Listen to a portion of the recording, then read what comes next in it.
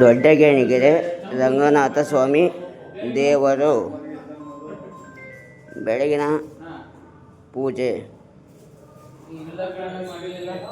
ಅದು sir table ಮೇಲೆ ಇತ್ತಂತೆ. ಅವರು ನಮಗೆ ಸಾರ್ ಟೇಬಲ್ ಮೇಲೆ ಇತ್ತು, ಇವತ್ತು ಟೇಬಲ್ ಮೇಲೆ ಅಂತ ಅಂದರು.